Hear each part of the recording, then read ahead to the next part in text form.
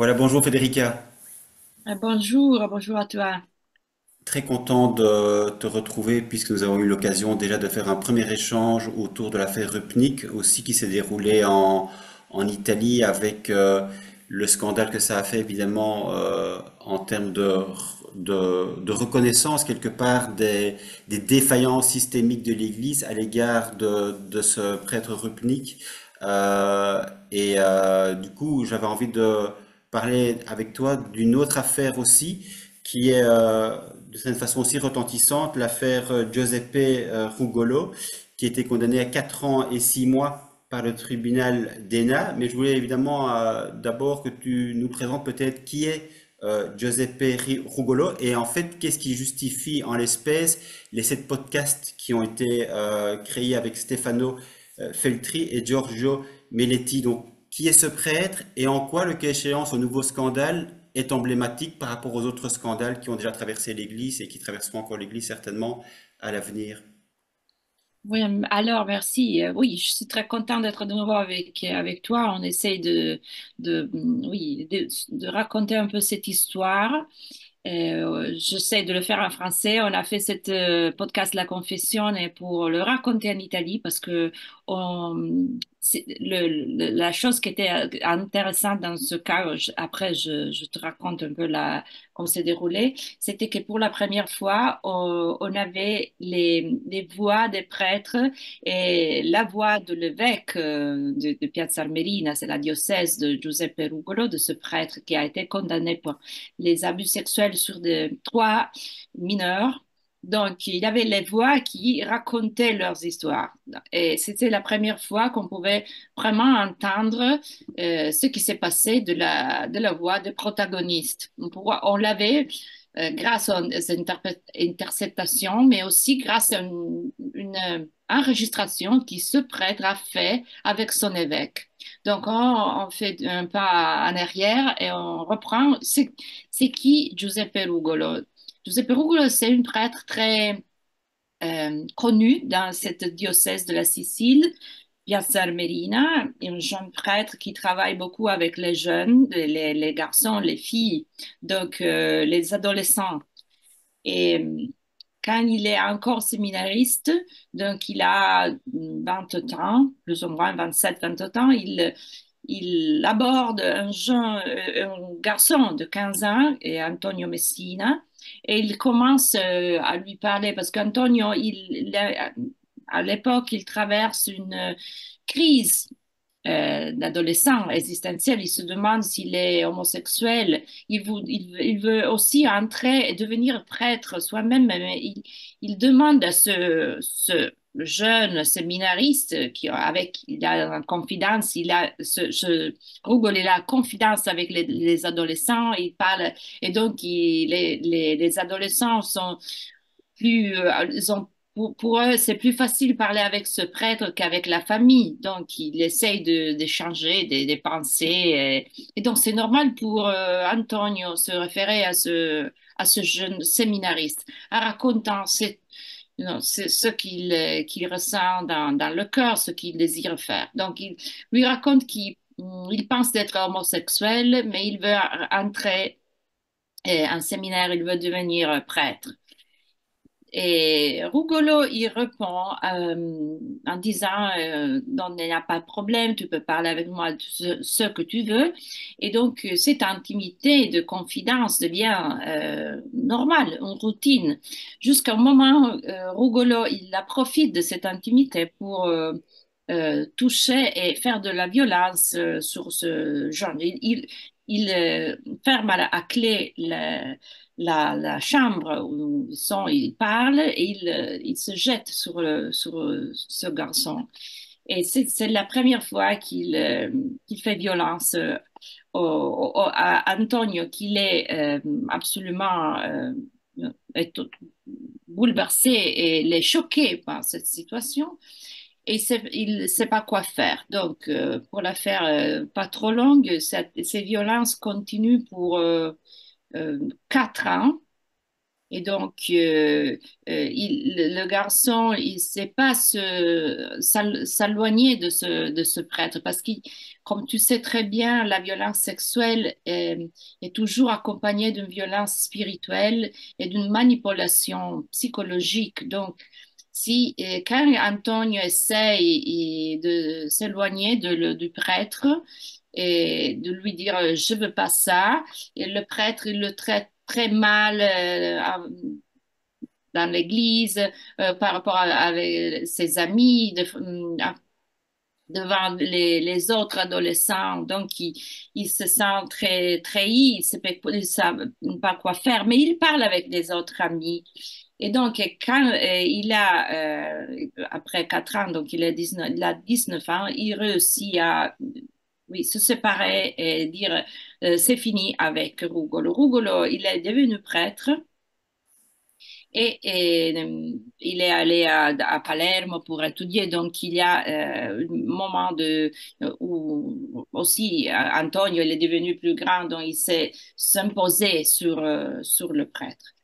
Mais c'est pas fini parce que comme tu sais, comme c'est clair, il a il a subi une traumatisation pour ses abus, donc il veut plus fréquenter l'église, ça on peut le comprendre très bien. Son père commence à lui demander qu'est-ce que se passe parce qu'il était un garçon qui voulait rentrer, voulait devenir prêtre, donc il était très actif dans l'église. Et Antonio arrive à raconter à son père, à sa famille, ce qui s'est passé. Donc, les parents d'Antonio commencent choquer, c'est clair, à s'adresser à l'évêque de la diocèse, que c'est Monseigneur Rosario Gisana. Et il commence des dialogues, un dialogue, des colloques avec cet évêque. Ah non, avant, Antonio, il a parlé avec un autre prêtre de la diocèse, avec beaucoup d'autres prêtres. Tous les autres ont dit, non, oublie tout, tu ne peux rien faire, essaie d'oublier, donc rien ne se passe. Sauf avec un autre prêtre d'une paroisse, toujours de Enna. Toute cette histoire se passe à Enna, qui est un petit centre, le centre de la Sicile. Ce prêtre aide Antonio et il s'adresse à l'évêque en racontant la question. Donc l'évêque, il sait très bien ce qui s'est passé. Quand les parents de Antonio vont lui parler, il sait déjà ce que s'est passé. Mais il essaye de calmer la situation et donc il fait rien. Mais il fait rien pour Antonio, mais il fait, donc, comme on dit, il est responsable d'une paroisse, Antonio Rugolo. Donc, tu vois la situation. Il essaye d'un côté euh, de tenir la situation très calme pour la famille et pour Antonio. Et de l'autre côté, il fait Rugolo, il donne à Rugolo une promotion. C'est quoi le parroco? C'est pas la parole en français, mais c'est quand il est responsable d'une paroisse. Donc, c'est une promotion pour lui. Mhm. Alors, Antonio, il est choqué encore une fois et il décide de parler. Il n'avait pas encore voulu s'adresser à son évêque. Il va parler à la Monsignor Gisana et Monsignor Gisana, l'évêque, il est poussé à faire la première investigation ecclésiastique, l'investigation previa. Donc, il commence cette investigation mais cette enquête ecclésiastique arrive à déterminer que Rugolo, il n'est pas responsable par l'Église parce que les abus sont passés quand il était encore séminariste. Donc, c'est pas compétence de Dicastero pour la doctrine de la fede. Et donc, tout se termine encore là. Rugolo est envoyé dans une autre diocèse dans le nord d'Italie, à Ferrara, pour une période d'études. Et donc, tu vois qu'il se passe de nouveau ce qui se passe toujours en Italie, oh, très fréquemment, mais presque toujours en Italie, quand un évêque reçoit une dénonce d'abus sur un mineur, il prend ce prêtre et Il pour le un déplace. période, il l'envoie dans une autre diocèse avec, c'est clair, l'autorisation de ce autre évêque de d'autres diocèses. Donc, il n'affronte pas le problème, il ne résout pas le problème, mais simplement il détourne la question. Donc, la situation, c'est comme ça. Rugolo est poussé dans une autre et envoyé dans une autre diocèse. Mais dans sa paroisse, il y a personne dans l'église qui raconte la vérité, qui dit pourquoi ce prêtre a été envoyé ailleurs. Ils disent seulement, d'abord, il raconte qu'il a des problèmes de santé. Donc, tu vois ce prêtre qui ne réussit pas à se promener. Il y a vraiment des scènes de coups de théâtre, non? Dans Hmm. l'église, il arrive qui n'arrive pas à se promener, donc il n'est pas, il se sent pas bien. Et après, donc il dit, j'ai un problème de santé. Et après, ils disent qu'il doit terminer ce doctorat, donc ses études à Ferrara, parce qu'il y a une bonne université. Donc, tu vois, ils racontent des histoires aux communautés et ils disent jamais qu'il ne va pas retourner. Donc, c'est clair que la famille de Rugolo et de Antonio, moi, elle n'est pas contente parce qu'il voudrait, et surtout sa mère, mais ses parents et Antonio, s'il voudrait qu'il retourne jamais plus à Enna. Donc, Gisana, l'évêque, ne sait pas quoi faire. Antonio, il écrit à Francesco, au pape, mais n'a jamais reçu réponse à ses lettres. Donc, il se décide à porter ses plaintes, à dénoncer à les autorités de l'État. Donc, il va à la police. Enfin, après 4 ans de la première fois qu'il avait dénoncé, avait raconté cette histoire, et commence une vraie enquête des autorités judiciaires. Et c'est pour ça que nous savons toutes ces histoires que je te dis, parce que on a lu les cartes judiciaires, on a parlé, il y a eu un procès, et donc ce procès s'est terminé le 5 mars de cette année avec une condamnation de 4 ans et 6 mois pour violence sexuelle sur ce prêtre.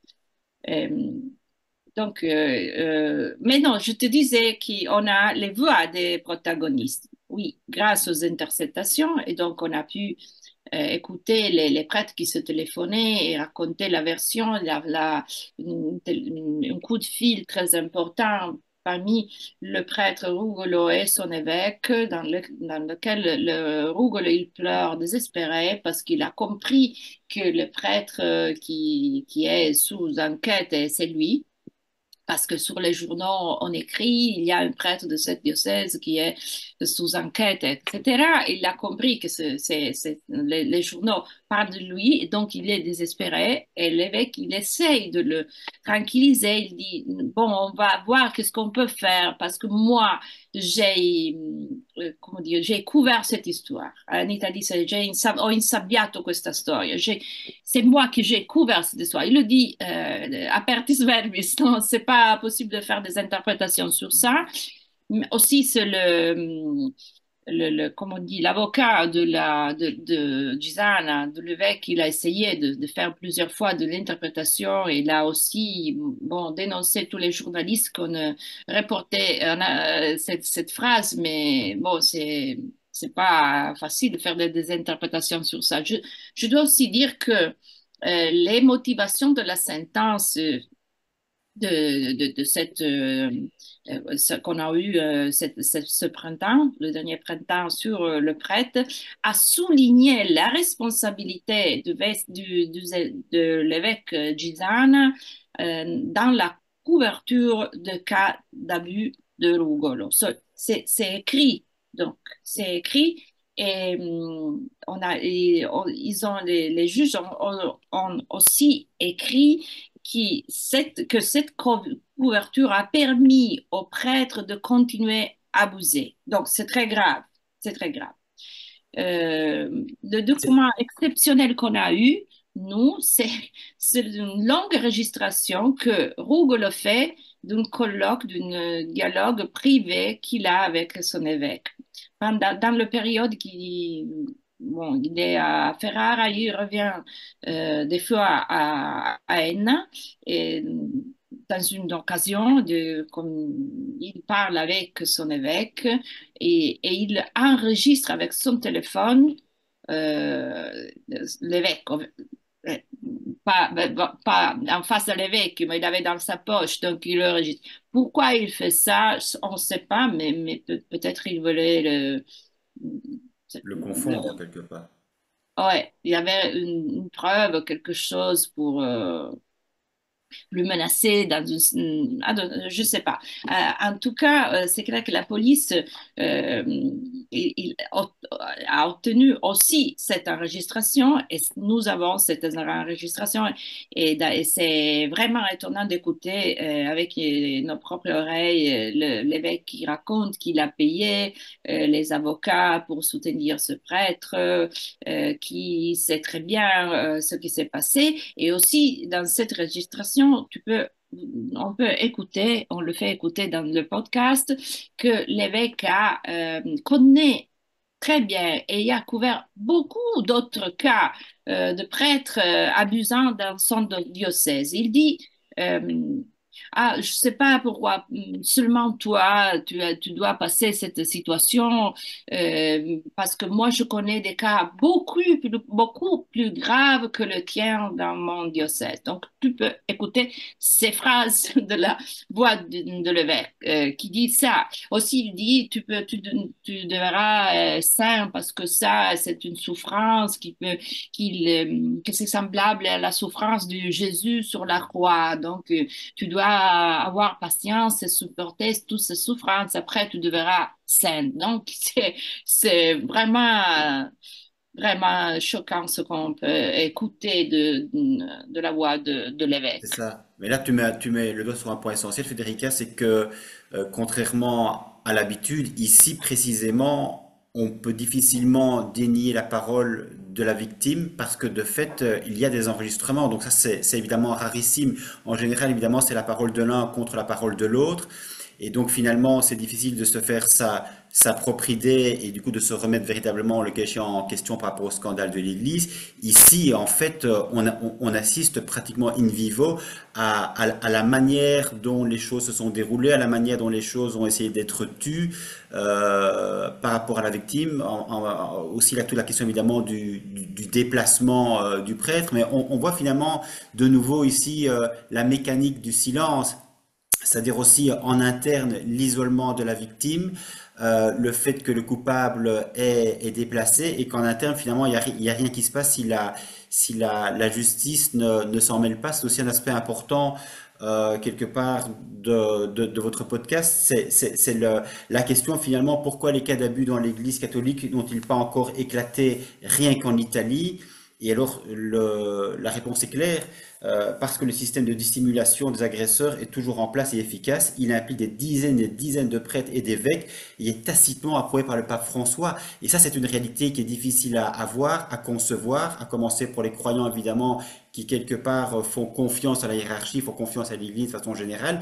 Ici, pour le coup, après la sidération, il faut peut-être que les écailles, comme on dit, tombent des yeux. C'est-à-dire qu'il y a une réalité douloureuse à voir, mais qui est absolument indispensable pour permettre à chacun de cheminer en vérité. Ça serait exactement ça.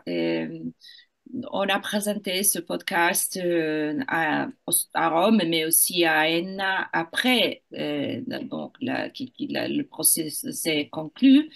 Et c'était étonnant de faire écouter la voix en vivo, comme tu as dit, et il y avait la communauté qui pouvait pas croire ce qui s'est passé. Mais la question, c'est pas seulement dans la diocèse de Piazza Armerina, c'est pas seulement en Sicile, comme tu dis, c'est partout. On a connu ce cas parce que la victime, Antonio Messina, que maintenant il a 30 ans, il a eu vraiment le courage de dénoncer aux autorités judiciaires, parce que c'est clair que si les victimes dénoncent seulement à l'autorité de l'Église, il n'arrive à rien, parce que l'Église ne raconte pas ce qui se passe vraiment.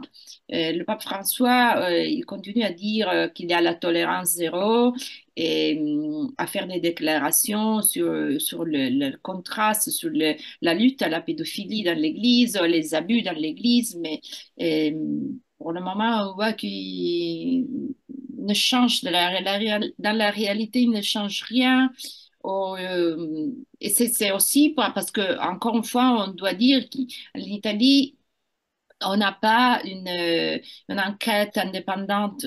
L'Église a commencé avec Monseigneur Zuppi comme président des évêques, a commencé il y a 3 ans, 2 ans et demi. Il a commencé une report sur les abus, mais c'est une enquête qui part de l'Église. Donc, tu vois qu'il a le juge, on juge soi-même. Donc, c'est pas possible. Et en effet, ce rapport a donné des numéros, des cas, des abus qui sont absolument pas suffisants. Et il y a les archives des diocèses, les archives du Vatican qui sont fermées. Donc, l'Église a vraiment la difficulté de dire la vérité sur la gravité la gravité des abus dans l'Église en Italie. Et ça, c'est le problème, c'est aussi qu'en Italie, il y a une presse qui n'a jamais parlé vraiment de ce problème, n'a jamais expliqué comment ça fonctionne, la question des abus dans l'Église en Italie, que c'est différent qu'en France, par exemple. Nous avons, c'est une situation totalement différente de la France, de l'Allemagne, dans d'autres pays d'Occident ou d'Europe on a essayé d'affronter. Ils ont affronté, commencé vraiment à affronter les cas d'abus. En Italie, on n'a rien de ça. La presse aussi. Bon, c'est probablement pas un cas qui on n'a pas raconté, la presse italienne n'a pas raconté ce que on est en train de discuter ici et on n'a pas raconté de podcast. On est sorti sur les journaux Washington Post, dans les États-Unis ou dans les autres pays. Mais, en Italie, on n'a pas abordé vraiment la question on voulait soulever avec ce podcast. Donc, tu vois qu'il y a un problème, qu'un problème social, un problème politique aussi, un problème, c'est clair, de l'Église en Italie. Et donc, c'est vraiment difficile parce que d'un côté, tu vois un pape qui déclare qu'il a tolérance zéro et qui va aborder vraiment ce sujet. Et d'autre part, tu vois dans la réalité que ça se passe pas. Donc, c'est aussi pour les fidèles, pour les croyants, c'est aussi difficile. C'est de comprendre ce qui se passe en Italie. Et donc, c'est vraiment difficile. Et moi, je suis optimiste. Je pense que vraiment, non, oui, oui, ça c'est toujours. Mais je pense que maintenant, c'est un moment que quelque chose va changer aussi en Italie. Oui. Mais avec ce pape-là, c'est très difficile parce que Francesco, vraiment, tu peux pas savoir ce qu'il va faire ou décider sur les différents cas d'abus. Des fois, il couvre tout, il ne parle pas, et il aussi, tu sais, il utilise sa faculté de décider comme roi absolu. Donc, on peut pas aussi faire confiance à un droit canonique parce qu'il décide ce qu'il veut. Il est aussi, il a aussi dit sa parole dans ce cas de Rugolo parce que le jour avant une, comment dire, une séance très importante de ce procès, il a dit, il a parlé de Gisane, donc de l'évêque. Il a dit, ah bon, ce que c'est bravo, cet évêque, il a été calomnié. Bon, on dit en français, il Les a, calomniés, insultés, oui, donc il est incompris, oui. un prêtre très juste, un prêtre très sage, donc c'est terrible qu'il a été calomnié. Donc il a fait une chose incroyable. Il a, il s'est entremis, s'est mis, vraiment, il a mis ça dans dans Oui, une, il a mis son autorité quelque part dans la balance avant même que la justice finalement exactement. ne fasse état de la sanction de son jugement. Et on a le sentiment du coup que il prend parti et il s'immisce quelque part dans les affaires de l'État et de la justice ici en particulier aussi. C'est ça. Mais tu vois, une fois, si c'était passé ça avec Wojty, ouais, ce serait pas possible. Ça veut dire, la presse aurait dit quelque chose. Mais maintenant, c'est bon, il a dit ça et on n'a pas eu vraiment des réactions sur ça. Donc, c'est difficile, l'interprétation. Peut-être parce que il y a aussi on n'écoute plus vraiment le pape François sur ces sujets-là. Donc, c'est un moment très difficile à interpréter pour moi. C'est pour ça que je suis optimiste, parce que c'est vrai qu'il couvre, c'est vrai que l'Église couvre, c'est vrai que le pape François décide comme plus ou moins comme se réveille le matin. Tu vois aussi toutes les choses qui sont passées maintenant avec les nouveaux cardinaux, avec une autre. Il y a des cas, des abus couverts qui sont. Bon, on pourrait passer toute la journée à parler de ça, parce que ce sont aussi le même cas de Rupnik, et c'est pas encore terminé. Le Rupnik maintenant est sous procès ecclésiastique, mais on sait rien. Donc, tu vois qu'il y a vraiment, vraiment beaucoup de confusion. Mais aussi, je vois qu'il n'y a pas des vraies réactions de la part de la presse euh, sur tout ça. Je sais pas, peut-être il n'y C'est a ça qui est plus troublant, c'est l'instinct ça qui est troublant, d'avant. c'est ça qui est troublant effectivement. Tu pointes un aspect important aussi, c'est-à-dire qu'on a l'impression que le pape garde une certaine aura, une certaine bonhomie qui fait quelque part on lui passe tout. Ce qui est assez confondant quelque part pour les victimes évidemment, mais aussi pour les croyants qui ne savent pas finalement quelle attitude adopter parce que la presse évidemment elle a un rôle important, elle a un rôle d'information, elle est censée enquêter là où le kidam n'est pas capable effectivement d'aller voir. Là où ça fait mal, là où le bas blesse, là où les choses sont mises sous le tapis. Donc si évidemment la presse qui est la mieux placée pour informer n'informe pas, du coup évidemment le kidam il continue quelque part à aller sur les bancs de l'église tous les dimanches sans se rendre compte en fait qu'au-dessus de sa tête il y a des malversations, des maltraitances qui se déroulent avec la complicité finalement de la hiérarchie. Tu parles du pape, c'est vrai qu'il y a un peu ce deux poids deux mesures, hein, c'est-à-dire il parle d'une tolérance zéro, mais en même temps on voit bien dans les faits que c'est pas du tout le cas. Il est venu récemment en Belgique. Il se permet de s'immiscer aussi dans nos démocraties, dans la manière dont l'État légifère, en particulier par rapport à l'avortement. Il parle des médecins comme des tueurs à gages. Il l'avait déjà fait à l'époque par rapport à Vincent Lambert et la question de l'euthanasie. Donc en fait, il se permet d'avoir des propos extrêmement durs à l'égard de la société. J'aimerais évidemment quelque part aussi qu'il soit à ce point dur et lucide et transparent lorsqu'il parle évidemment de son propre clergé, qu'il en parle aussi comme quelque part des tueurs à gages. Or là, on voit bien que le langage est différent et comme tu le dis, finalement, il en vient encore à louer un évêque Gisana qui dissimule en fait l'affaire et publiquement il prend le parti de cet évêque. Il l'avait déjà fait dans l'affaire Barbarin en disant Ouais. déjà il est calomnié, humilié, etc. Et c'est magnifique, c'est un homme finalement deux fois qui, comme le Christ finalement, se laisse quelque part crucifier. sacrifié sur l'autel de la vindicte de la populace, des journalistes, etc. Et on se dit, mais comment ce pape, en fait, qui est censé être honnête, lucide, continue à cacher et à faire comme si il n'y avait pas des précédents qui l'obligeraient quand même à un minimum à faire état du principe de précaution en se disant n'allons pas trop vite pour dire que cet évêque est quelque part génial, peut-être qu'effectivement il est coupable. Et quelque part, le pape il s'est déjà tellement planté, j'ai envie de dire, que la moindre Ouais. des choses serait qu'il se taise. Oui, tu rappelais l'affaire Barbarin, mais aussi l'affaire Zanquetta. La même chose, non?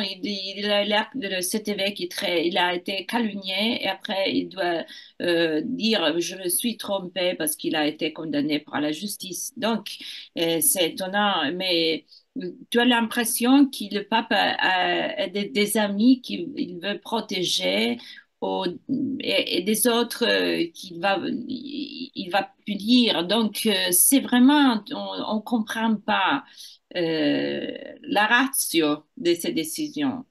Mm. Et dans ce cas-là, c'est incroyable. Mais tu sais, ce cas de Gisana, il couvre aussi un autre cas très, très fort parce que le pape, en 2017, il avait nommé un évêque vicaire de l'archevêque de Palermo, Lorefice. C'était comment dire, une franciscaine, une capucine, Giovanni Salogna, et il a nommé évêque vicaire. Et après 2 mois, ce Salogna il a dû renoncer parce qu'il y avait des dénonces des abus. Donc, qu'est-ce qu'il fait le pape? Le pape demande à Gisana de faire une enquête ecclésiastique sur ce prêtre, sur ce vicaire nommé. Là, cette enquête déclare que rien ne s'est passé, mais il doit renoncer parce que c'est clair que quelque chose et il ne tourne pas. Il y a des choses qui ne sont pas claires. Et aussi, Salogna, il a dû répondre, il a été interrogé par la justice pénale de l'État, mais il a été prescrit. Donc, prescrit, c'est pas, tu sais, on sait très bien que ça veut pas dire qu'il n'a pas fait des choses Mm. et il n'est pas responsable. Donc, il y a un gros cas qu'il a à nouveau couvert. Le pape a à nouveau couvert. Il a demandé un plaisir à Gisana. Donc, après, il doit bon, dire que Gisana est un bon évêque.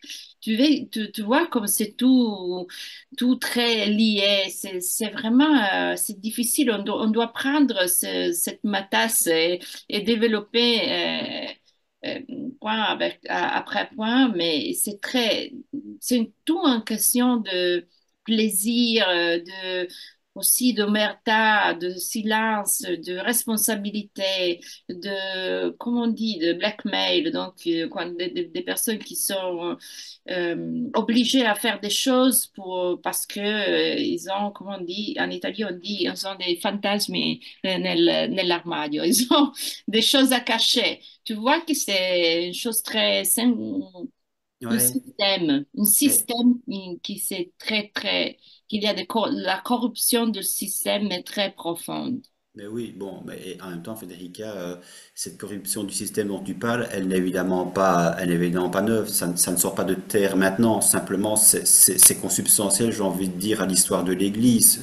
Simplement, ici, les médias, j'ai envie de dire, euh, font davantage peut-être leur travail et ça permet de faire prendre conscience, j'ai envie de dire, pratiquement en direct. C'est-à-dire ce n'est pas un historien qui revient sur une histoire passée d'il y a plusieurs siècles, Ici, en fait, le scandale tombe, il y a une enquête qui se fait, et donc c'est pour qui s'y intéresse, évidemment, l'information, elle est mondialisée. Donc, quiconque quelque part a envie de s'intéresser à l'histoire est capable de s'y intéresser au moment pratiquement où elle se déroule sous nos yeux. C'est ça aussi peut-être le changement et la prise de conscience. Parce qu'en même temps, ce qui m'intéresse toujours et ce qui m'inquiète ou me trouble plus exactement, c'est chaque fois cette sorte de sidération des croyants qui n'en reviennent pas. Comme si en fait l'histoire passée n'avait jamais existé et que finalement ce qui se passe aujourd'hui n'est pas la répétition de ce qui s'est déjà passé des centaines de fois par le passé finalement.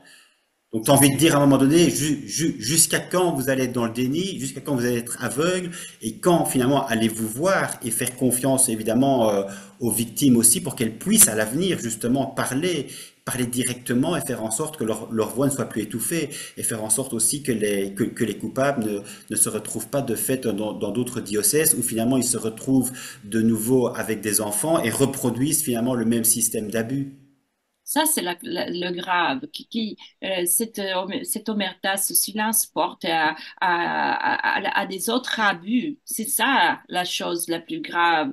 Mais ça, c'est une autre chose qui c'était très étonnant pour nous, pour moi, dans faisant le travail pour le podcast, c'était aussi que tu peux écouter des heures et des heures de cette interceptation et tu trouves jamais une fois une prêtre qui dit ah, mais le pauvre garçon, ce qui s'est passé. Il n'y a pas une considération, je dis pas chrétienne, mais je dis humaine pour ces victimes. Une empathie, simplement, une empathie, une Non, bienveillance et non, une remise à l'endroit des choses. Il y a une victime, un non. coupable, et si on a un minimum quelque part de charité ou de bonté d'âme, j'ai envie de dire, normalement, on a de l'empathie pour une personne qui est victime d'une situation. C'est terrible parce que l'unique intérêt, c'est de protéger l'Église et d'éviter le scandale. Alors, on ne parle pas des abus si on peut éviter le scandale. Ça, c'est la préoccupation de l'Église. Qu'on ne doit pas parler de ça parce qu'il y a le scandale. Et donc, et ça, c'est clair. Mais aussi, quand tu écoutes avec tes propres oreilles parler de la victime, que c'est un garçon comme un bâtard, ou un diable, ou des autres choses encore pires que ça. Hmm. Et ce sont des prêtres qui disent ça. C'est pas, tu sais, la mafia ou des délinquants. Ou, tu sais, ce sont des prêtres qui s'adressent, qui parlent des victimes comme ça. Et ça, c'est choquant. Ça, c'est terrible. Mais c'est choquant, oui, Oui, quand tu prétends avoir une vocation, parler au nom de Dieu et tous les dimanches prêcher la bonne parole, effectivement, c'est choquant. Mais je voudrais quand même justement, par rapport à cette situation qui pour moi est essentielle, mais qui est, c'est troublant en fait, et comme je le dis, c'est confondant, parce que de fait, à un moment donné, on se dit, mais c'est un peu schizophrénique, quoi, oui, tout à ce fait. double langage. Et dans le podcast, c'est effectivement très très bien pour le coup reconstitué. Et donc, il est notamment question de ceci. Selon Gisana, les accusations de violence sexuelle contre Rugolo sont en don de Dieu, de devenir un saint. C'est ce que je disais tout à l'heure, mais c'est retourner complètement la réalité, et ça peut rendre fou, évidemment, ce genre de propos. Et il est également question, on peut entendre Monseigneur Gisana, de nouveau évêque donc encore en fonction, qui propose d'acheter le silence de la victime avec de Ah l'argent oui, prélevé sur les pauvres de Caritas. Euh, et on a oublié de parler de ça. Oui, ouais, à un certain point, l'évêque, il essaye de payer le silence de la victime avec 25 000 euros. Et donc, avec, c'est clair, il aurait donné cet argent avec la garantie qu'il ne parlait pas, qu'il ne dénonçait pas. Mais c'est normal. Ça veut dire que dans mon travail, j'ai rencontré plusieurs d'autres cas et avec la même méthode. Les évêques utilisent la même méthode. Essaye et paye parce qu'on ne sait pas combien de cas on a fait on a fait taire les victimes dans cette façon de se comporter. Ça veut dire qu'il y a toujours 25 000 euros. C'est une cifre qui retourne très souvent. Et donc, ça, c'est une chose que quand j'ai écrit sur ce sujet, sur Domani, qui est le journal, parce que j'écrivais des abus sur l'Église, le président des évêques, Zuppi, a répondu, on ne fait jamais. Mais c'est pas vrai parce on a des preuves qu'il essaye de payer et des fois, et beaucoup de fois, il arrive à le faire, je pense, non? De payer le silence de la victime. Ça, c'est incroyable aussi. Ouais, mais Et il dénie encore ça. Maintenant, il continue à dénier ce qui s'est passé et ils disent encore que c'est la victime qui a demandé de l'argent. Ça, mais hmm. c'est étonnant aussi parce qu'il y a maintenant et que le procès s'est terminé avec une sentence et il y a des motivations qui disent, qui parlent et donc c'est très difficile de aussi. Ça, c'est une décision définitive, Federica. Non, c'est pas C'est pas définitif. définitif. Ils ont fait appel, donc Hmm. il y a encore de degrés de justice avec l'appel à la cassation, la cassation. Et donc, Hmm. c'est pas encore définitif, c'est clair. D'accord. Non, c'est pas encore définitif. Je pose la question de savoir si évidemment ce qui était emblématique dans cette histoire et ce qui donnait quelque part le poids, l'intérêt du podcast, c'est évidemment ces enregistrements quand même pour lesquels c'est compliqué d'être dans le déni. Euh, et c'est aussi un autre aspect important pour moi, tu l'as dit, c'est repris dans le podcast. C'est que cette histoire unique, c'est comme une fractale, elle reproduit à petite échelle tout le système de camouflage et de dissimulation qui a jusqu'à présent empêché le scandale des abus dans l'Église d'éclater en Italie.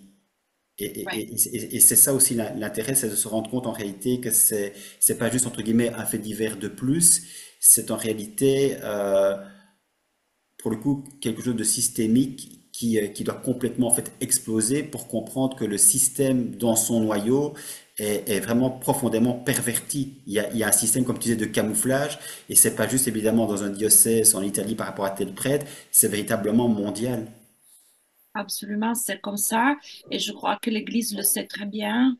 Et c'est très bien que c'est pas. Donc, on peut pas faire, elle peut pas faire un peu de maquillage, mais elle devrait changer. euh, la structure abusante de l'Église. Et ça, on ne peut pas le faire vraiment sans mettre en question tout l'apparat de l'Église, tout le système. Et donc, je crois que... Et puis, on n'a pas parlé de la question de l'argent on devrait payer aux victimes. Donc, comme ça passe c'est aux États-Unis ou en France, et donc, si on découvre vraiment la question, si on découvre vraiment la vraie question la vraie gravité de la question des abus en Italie, on devrait aussi penser aux argents pour payer ces victimes. Donc, ça fait la banqueroute, ça fait la fin de ce Hmm. point-là. Donc, il y a l'intérêt de l'Église, c'est pas vraiment de plusieurs points de vue, c'est pas vraiment de parler et parler en vérité et en transparence des abus parce que il y a trop, il a trop à perdre. Il y a un intérêt financier tout simplement Oui. aussi qui explique le silence de l'Église et sa volonté de camoufler précisément. Et le pouvoir va être mis en question, le pouvoir même de l'Église. Et ça, tu comprends très Hmm. bien. Je crois ce serait vraiment, vraiment difficile à faire sans une révolution qui part de fidèles, qui part de comme c'est passé en France. Mais nous, on a seulement une petite association qu'elle arrête la bouse qui fait Hmm. tout seul jusqu'à aujourd'hui. Le soutien aux victimes qui parle des cas des abus. Donc, c'est très difficile. C'est très difficile. à, à faire comprendre que cette révolution, ça n'arrivera pas de côté de l'Église. Oui, La révolution, s'y arrive, arrive seulement du côté du personne, du fidèle, qui se rend vraiment compte que la question, comme tu dis, est systémique. Et donc, c'est pas la question bon, de la diocèse de Piazza Armerina ou je sais pas où, mais c'est partout. Quand tu écoutes l'évêque qui dit tout tranquillement, moi je connais des cas très, mais il fait comme ça, même bien plus grave que le tien. Alors qu'est-ce que tu peux dire? Alors pourquoi tu n'as pas dénoncé? Il ouais, dénonce pas. Il ne s'est jamais passé que l'Église a dit, ah bon, j'ai un cas d'abus et je dénonce. Encore hier, tu vois, on a un cardinal qui a renoncé parce qu'il ne veut pas faire le cardinal. Et tu penses que c'est pas parce qu'il a vraiment pensé qu'il a trop de travail à faire? Non, tu sais qu'ils sont toujours des couvertures de quelque chose que l'Église n'arrive mhm, pas à déclarer avec transparence. Donc, ouais. Je pense qu'à un moment donné, c'est ce que doivent comprendre les croyants, à commencer par eux, parce que oui, quelque part, ils nourrissent un peu le système aussi, évidemment, en refusant de voir, d'où la nécessité aussi des enquêtes, parce que comme tu le disais, malheureusement, c'est une réalité, que ce soit dans l'Église ou en dehors de l'Église, la révolution ne vient jamais du haut, hein. Elle ne vient jamais de ceux qui détiennent le pouvoir. Ceux qui détiennent le pouvoir, quelque part, sont là justement pour le conserver à tout prix. Et par définition, les victimes, ce sont, comme on appelle, des dégâts collatéraux.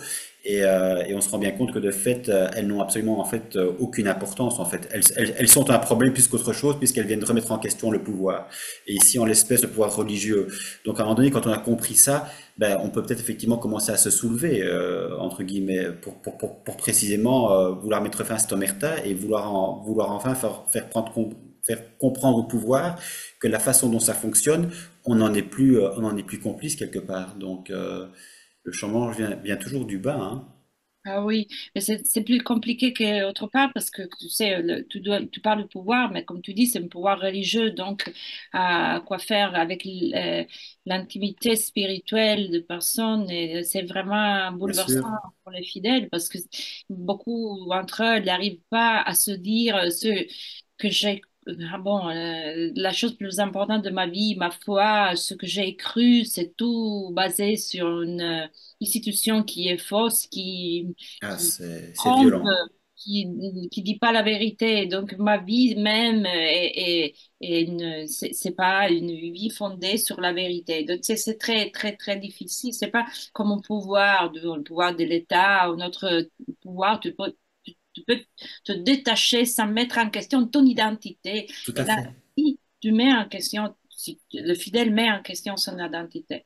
Et donc, c'est vraiment une choc. Je vois vraiment les amis ou que je connais, les catholiques, qui essayent de dénoncer au niveau des associations catholiques, des paroisses, qui essayent de dénoncer cette réalité. Ils sont vraiment, tu sais, coupés en deux parce que c'est une souffrance très, très forte. Pour nous, c'est un travail de journaliste, donc c'est raconter une histoire, Mm. c'est dénoncer la violation des droits humains, et ça, je tiens vraiment à le dire que l'Église viole les droits humains, et donc c'est ça, mais c'est un travail de journaliste. Pour les catholiques qui en Italie essayent de changer les choses, il y a, ils ne sont pas nombreux peut-être, mais il y a beaucoup. Et c'est vraiment une souffrance. Et c'est vraiment pour des autres, c'est une, c'est très, c'est difficile ou impossible pour cette question qu'on doit mettre son identité en question. Donc, Ouais. c'est tragique des fois. C'est Tu- vraiment Ah oui, tragique. non, mais là, tu mets là le doigt, c'est peut-être pas effectivement ce qui est repris dans les podcasts, mais c'est intéressant parce qu'en même temps, c'est quand même essentiel pour le coup, si on déplace un peu la focale par rapport au podcast, c'est de fait quand on a fondé sa foi sur une église, sa spiritualité sur une église, c'est sa colonne vertébrale, c'est son identité, comme tu le dis. Et donc là, qu'est-ce que je fais une fois que je commence à ouvrir les yeux, jusqu'où je les ouvre quelque part? Et jusqu'où je prends conscience et jusqu'où par définition je remets en question ce à quoi j'ai cru parfois depuis des dizaines d'années. Donc c'est violent, hein. C'est un vide, c'est l'abandon, c'est un abandon. On peut être abandonné par ses parents, mais on peut se sentir aussi abandonné par son Église. Donc c'est redoutable.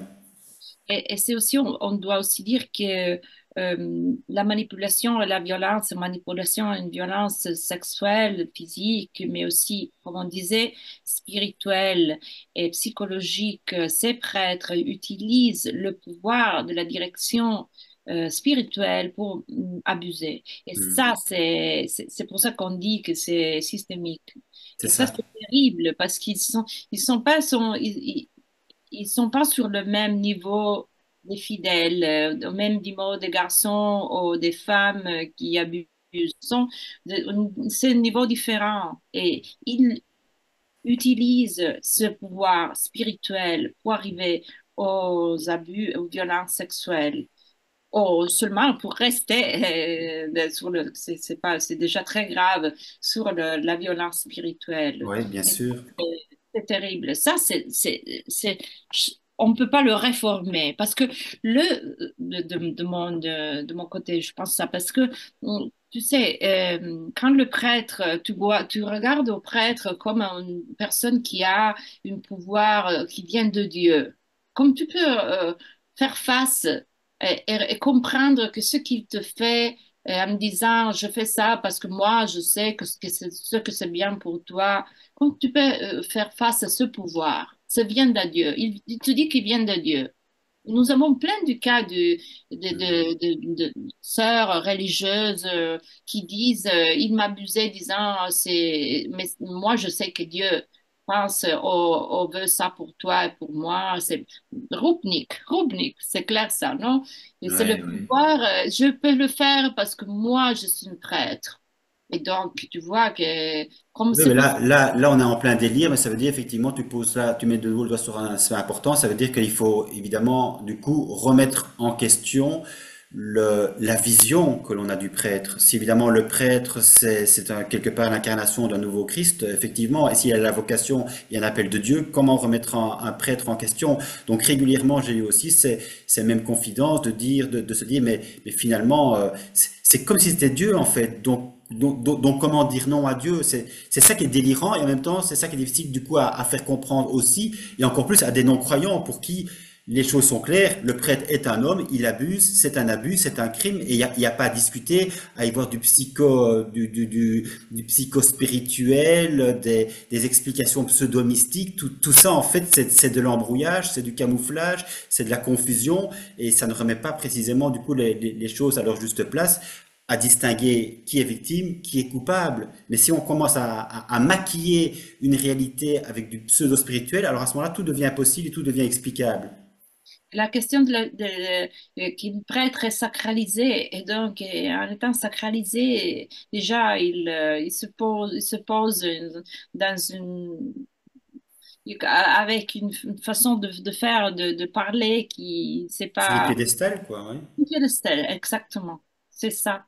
C'est Mhm. ça. Et ça, tu le vois tous les fois que tu écoutes les victimes parler. Donc, il connaît très bien les questions. Il est, donc, bon, des fois, on arrive aussi à dire ça, c'est la main de Dieu, la main abusante, ça, c'est la main de Dieu. Donc, mais aussi quand c'est moins direct, ça, c'est toujours une manipulation pour arriver à ça. Bien C'est sûr, bien sûr. jamais une violence, tu sais, comme la violence dans la rue. C'est jamais ça. C'est un long processus. Donc, les prêtres rentrent dans ton intimité Mhm. et changent. Et ils changent ce que tu penses. Ils te portent à faire des choses que tu ne peux pas faire, et ça, c'est très difficile de le faire comprendre aussi parce que en France, je parle en France, mais je pense aussi en Belge, on a cette parole qui c'est l'emprise. En Italie, tu n'as pas une traduction qui rend cette parole, que c'est vraiment l'emprise, c'est ce pouvoir totalisant du prêtre sur la victime. C'est C'est spirituel, ça. physique, c'est tout. Et Qui donc, vient coloniser la victime et qui rend la victime inapte à prendre réellement conscience et à se libérer en fait pour reprendre possession d'elle-même et se faire confiance. Donc si, là, effectivement, on en revient à l'emprise qui génère une véritable confusion dans l'esprit de la victime qui finalement est pieds et poings liés et se soumet, et se soumet. Et la victime est laissée seule, comme elle est laissée souvent seule. Dans le cas d'Antonio Messina, la victime de Rugolo, il a eu la chance d'être une personne très forte, mais aussi d'avoir des parents, des amis qui l'ont soutenu. Il a une avocate, il a une amie journaliste locale qui l'ont aidé, vraiment aidé. Parce que sinon, si tu restes seul, tu te demandes, mais c'est moi, c'est ma faute à moi. C'est pas lui, c'est ma faute à moi. Et tu sais ce qui se passe avec la violence, avec les femmes, on le voit tout le temps, que Oui, bien sûr, les bien femmes sûr. se culpabilisent et donc la victime se culpabilise de ce qui a passé. Donc, si l'Église autour de toi te dit, bon, oublie, non, c'est rien passé, c'est toi par rapport à une autorité si puissante, comment on peut réagir à ça? C'est aussi violent, aussi violent. Il y a plusieurs niveaux de violence dans cette Mhm. histoire des abus dans l'Église. Tout à fait. Psychologiquement, c'est la même chose qui se joue, que ce soit dans l'Église ou dans la société, que ce soit par rapport aux femmes, par rapport aux religieuses maltraitées, abusées, c'est toujours la même chose qui se joue. Mais je me disais ici, Federica, par rapport justement à cette omerta qui est rendue possible, cette difficulté dans l'Église italienne de justement faire éclater les choses, est-ce que ce n'est pas aussi quelque part la suite d'une histoire particulière entre l'Italie, entre l'État italien et l'Église, justement, avec des accords qui ont permis justement de faire en sorte que l'Église régisse les abus en son interne et ne soit pas soumise, comme je dirais, un simple particulier, ne soit pas soumis à la loi italienne. Absolument, ça c'est un problème, je disais, un problème politique, un problème qui vient Ouais. de loin. Si tu penses que les évêques ne sont pas obligés à dénoncer aux autorités de l'État, et donc c'est suffisant de dire ça. Mais Mhm. comme évêque tu reçois une dénonce, tu viens savoir de qui ton prêtre a abusé, mais tu n'es pas obligé à le porter à la police à les autorités judiciaires. Donc, c'est tout va s'arrêter là, non? S'arrêter dans la paroisse, s'arrêter dans la diocèse. Ça, c'est un problème, oui, c'est un problème des accords, c'est un problème qui part des pactes latéranains, c'est un problème qui, oui, est strictement lié à l'histoire politique de l'Italie et aussi à bon, et le lien très fort qu'il y avait entre la, la politique, ça veut dire la démocratie chrétienne et l'Église, et donc le pouvoir que l'Église a eu dans la politique et dans la presse italienne très fort et on a hérité jusqu'à aujourd'hui. Mhm. Aujourd'hui, c'est impossible. Je me demande aussi pourquoi, mais c'est impossible de lire quelque chose de vraiment fort par rapport à l'Église, d'une dénonce réelle sur l'Église dans la presse italienne. Ça veut dire, oui, mais peut-être les petits journaux, ou comme le travail qu'on a fait, mais dans la grande presse mainstream, comme on se dit, c'est très, très difficile de voir. Non, tu ne vois pas. Tu peux trouver les cas, bon, le prêtre qui a été condamné, ouais, c'est toute comment dire, la chronique de l'histoire très. Mais tu n'arrives pas à avoir une analyse de ce qui se passe, ce qu'on a dit jusqu'à présent. Donc, et pourquoi? Je me demande pourquoi on fait encore comme ça, des courbettes à l'église dans cette façon-là. Mhm. C'est drôle. Je crois que l'église n'a plus, bon, je pense, n'a plus le pouvoir qu'il y avait avant, mais euh, la presse il aborde encore la question dans une façon vraiment différente par rapport à ces problèmes-là. Ouais, je pense quelque part que l'Église, elle a colonisé les esprits, elle a fait partie des meubles, elle a fait partie de la civilisation, et donc elle a eu le temps évidemment d'imprégner tout le tissu social, et par définition aussi tous les esprits. Et puis le pape François évidemment quelque part, on l'a trouvé quand il a été élu génial, différent des autres, progressiste. Donc à un moment donné aussi, il faut reprendre quelque part, j'ai envie de dire, ses esprits pour le coup, et voir qui il est vraiment, et comprendre justement ce double langage qu'il peut avoir aussi. Et donc il génère évidemment, et il permet aussi quelque part aux abus de se perpétuer. C'est aussi ce que montre évidemment très bien vos podcasts. Mais je disais par rapport à ces podcasts, il y en a 7, donc chaque fois évidemment il y a des aspects très particuliers qui sont évoqués. Par rapport à ce qu'on vient de dire, Frédéric, est-ce qu'éventuellement il y aurait un aspect dans des podcasts qui serait encore essentiel d'évoquer maintenant? Je pense qu'on a tout abordé. Maintenant, on est en train de continuer notre travail. On est en train de travailler à la deuxième saison. Donc, on va analyser encore la question des églises, de l'Église par rapport à Rupnik. Mais on part de Rupnik pour montrer que c'est la banalité du mal. Ça veut dire Hmm. il y a partout. Et pour nous, c'est plus difficile encore que parce qu'on a moins de matériel, on n'a pas d'interprétation dans ce cas, donc on essaie d'expliquer la complexité de la situation on a discuté jusqu'ici. Et donc, on va voir. J'espère qu'on va sortir en février ou mars et donc continuer à travailler sur ça. Donc, plus en profondeur. Oh, on essaye d'aller plus en profondeur. J'espère qu'on arrive à continuer à raconter cette histoire que c'est très intéressant aussi. Mhm. Donc, non, je pense on a tout dit. Peut-être c'est encore une chose qui m'avait choquée. Et tu l'as abordé d'abord quand tu as dit il y a donc ah, tu utilisais un terme. Donc, c'est quand le prêtre, il est divisé. Ça veut dire, tu écoutes dans le podcast le vicaire de l'évêque qui dit, c'est moi, quand je suis prêtre, je fonctionne, je dois être un bon homme, dois être une personne sage.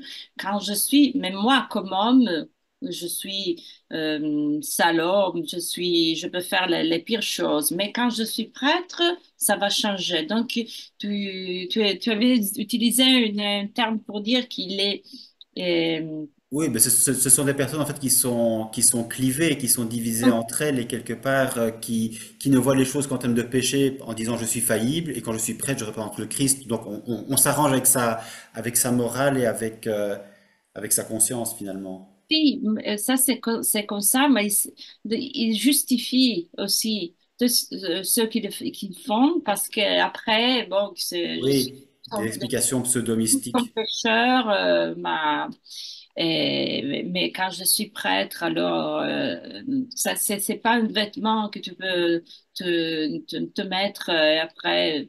Bon, oublier tout ce que tu as fait ou ce que tu as occulté ou dit ou fait ou pas dénoncé. Donc, c'est aussi intéressant d'écouter comme ils se racontent soi-même, Oui. leur-même. Oui, tout à fait, Frédéric. En tout cas, je te remercie d'avoir pris la parole ici, pour le coup en français, puisque le podcast est en italien, et je le trouve très très intéressant parce que de fait, pour une fois peut-être, on a des enregistrements, ce qui permet à qui s'intéresse à cette histoire, en ce compris les croyants, de se dire que les journalistes, quelque part, qui font correctement leur travail, sont objectifs et ont un matériel pour objectiver la chose. Ça, c'est très très important. Et ça me fait penser évidemment à l'affaire Pellico, toutes les histoires de viol, en disant que quelque part la femme est toujours responsable, qu'elle est consentante, que finalement sa jupe était trop courte, que peut-être que finalement elle a pas suffisamment dit non, et que quelque part on pouvait en affairer, qu'elle était quand même quelque part consentante. Par rapport à l'affaire Pellico, évidemment, on a aussi ces vidéos qui quelque part mettent au cœur du problème la question du consentement, et remettre aussi justement à leur juste place qui est victime, qui est coupable. Et donc ça permet à ce moment-là peut-être à la société aussi dans son ensemble d'évoluer. Et je trouve qu'ici que le podcast avec ses enregistrements permet peut-être à la société dans son ensemble aussi qui a du mal à comprendre le fonctionnement de l'Église, mais aussi aux croyants eux-mêmes qui restent dans cette Église et qui parfois sont encore aveugles, espérons-le, d'y voir plus clair avec justement ces enregistrements qui sont vraiment, j'ai envie de dire, la clé de voûte. La clé de voûte de ce qui se passe en interne et qui était si souvent et trop longtemps caché par l'Église au plus haut niveau, en ce compris par le pape François. C'est ça évidemment qui est, pour le coup, troublant, choquant et qui vaut la peine d'être mis sur la place publique. Donc merci pour cette prise de parole et votre enquête. Merci, merci à toi pour ton intérêt et pour m'avoir ouais, avoir parlé avec moi de ça parce que pour moi, pour nous, c'est quand même toujours important de pouvoir en parler quand c'est possible. Donc, merci aussi parce que pour ça, la réalité de l'Italie un peu arrive aussi dans des autres endroits. Tout Donc, à fait. merci, c'est toujours un plaisir de parler avec toi et aussi, merci pour ta patience avec mon français. Tu as bien traduit ce que des fois je veux dire et j'arrive pas à exprimer correctement. Donc, merci. Merci Federica. À bientôt j'espère. Au À revoir. bientôt. Bonne journée. Merci.